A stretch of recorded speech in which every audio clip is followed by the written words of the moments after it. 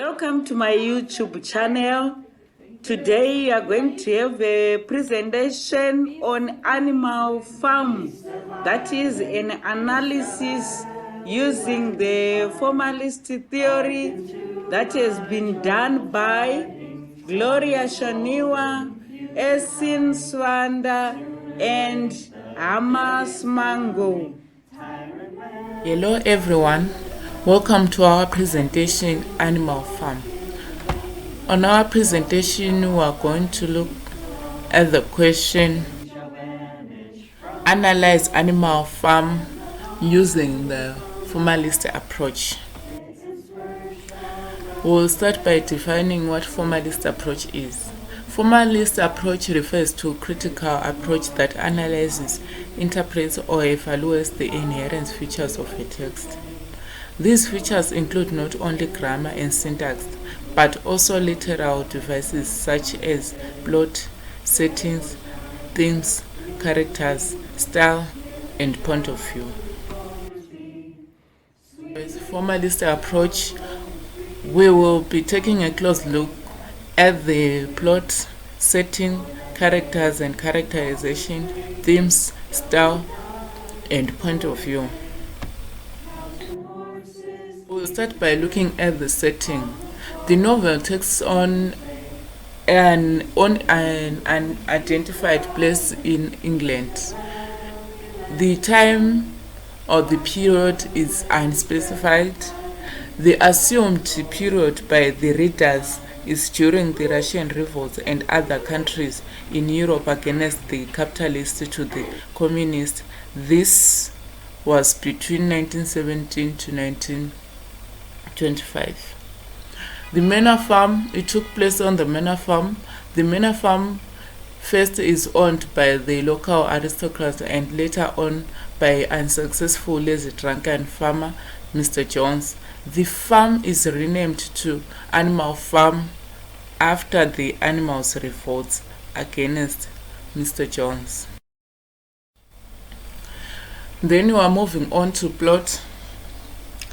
Under plot we've got the Animal Farm is a novel about a group of animals who take the control of the farm they lived on. The animals get fed up of their master, Farmer Jones, so they kick him out. Once they are free of the tyrant Jones, life on the farm is good for a while, and there is hope for a happier future or less work, better education, and more food. We are still on the plot. However, trouble brews as the pigs, Napoleon and Snopper, fight for the hearts and minds of the other animals on the farm. Napoleon seizes power by force and ends up exploiting the animals just as Farmer Jones had done. The novel ends with the pigs behaving and even dressing like the humans the animals tried to get rid of in the first place. Characters. Under characters we've got the main characters and the minor characters. Well, under the main characters we have Mr. Jones, Old Major, Snowball, Napoleon, Bolsa, Clover, Squeaker. Minor characters we've got Moses, Benjamin, and Molly.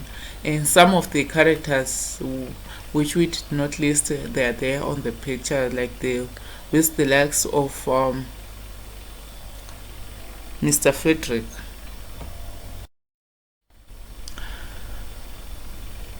We are now looking at the characterization. Under characterization, we are going to start by looking at Mr. Jones, the farmer. Farmer Mr. Jones is the former owner of the farm. He is a heavy drinker. He is cruel towards animals, hence animals revolt against him. Now we are looking at Snowball. Snowball, he is a boer who became one of the rebellion's most valuable leader After drawing complicated plan for the construction of a windmill, he is chased off the farm forever by Napoleon. Old Major. He is an old Boer whose philosophy concerns the tyrant of man is named animalism by his followers. He also teaches the song Beast of England to the animals. He was a source of inspiration. His ideas became the source of inspiration to the animals, and the song which he taught, the Beast of England, we see it being sang throughout the. Moving on to Napoleon, he is an undisputed tyrant. With Snopper, they lead the rebellion against the Jones. After the rebellion success, he systematically begins to control all aspects of the farm. Moving on to Squeaker. Squeaker is a pig with the ability to make any idea sound reasonable. He is Napoleon's sidekick and is in charge of communicating to the animals. Moving on to Boxer. Boxer is a strong and hard-working horse who aided in the building of the windmill, but is sold to a global after collapsing from exhaustion. Clover, she is an average good woman. She is kind and compassionate, if not very clever, and she looks after a man, Boxer, very well. Moses is a religious leader who plays upon the hardship of others by telling them that heaven, which is sugarcane mountain, awaits for them in the next world. He is actually represents the church. Moving on to Benjamin, he is the quite intellectual man. He is just as clever, if not cleverer, than the pigs, but he has no power. He continuously undercuts the animal enthusiasm with his cryptic remark, I quote,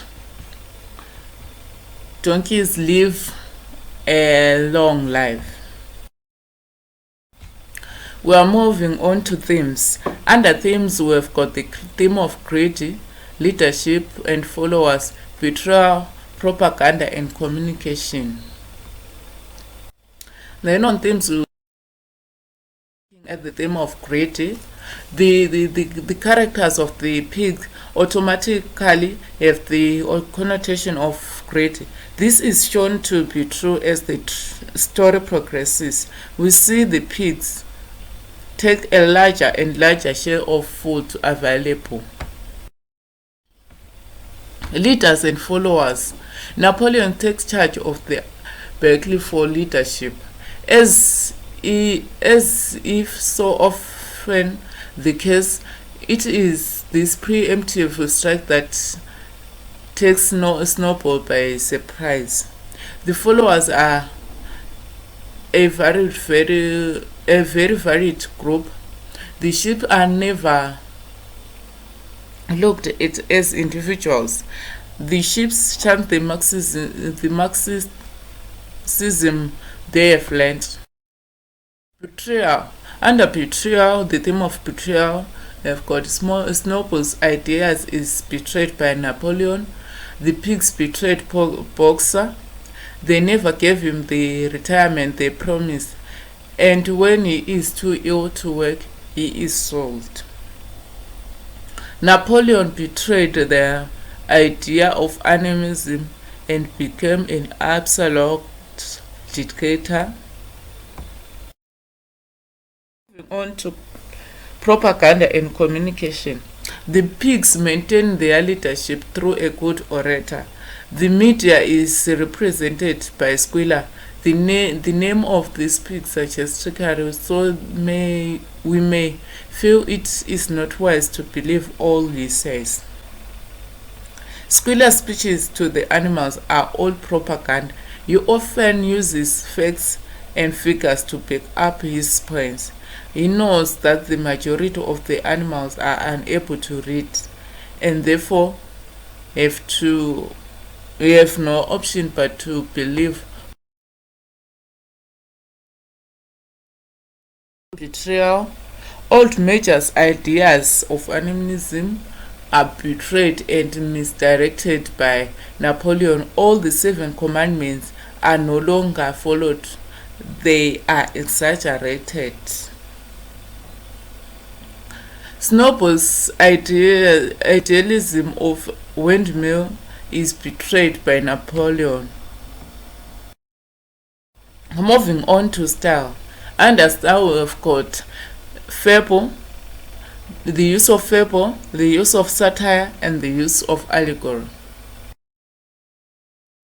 Under satire, we'll start by looking at satire. Under satire, a literal manner which blends humor with criticism for the purpose of instruction or the improvement of humanity.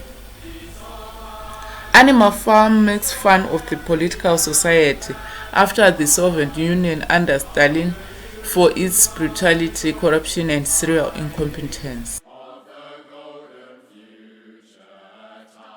A fable is a narration intended to enforce some useful truth or precepts, usually with animals as characters. The way the animals interact and the way the plot unfolds says something about the nature of people or the value of ideas, just like in the book Animal Farm. We are moving on to point of view. Point of view, there was the use of the third person or omniscient. The narrator is uninvolved. There's non-judgmental.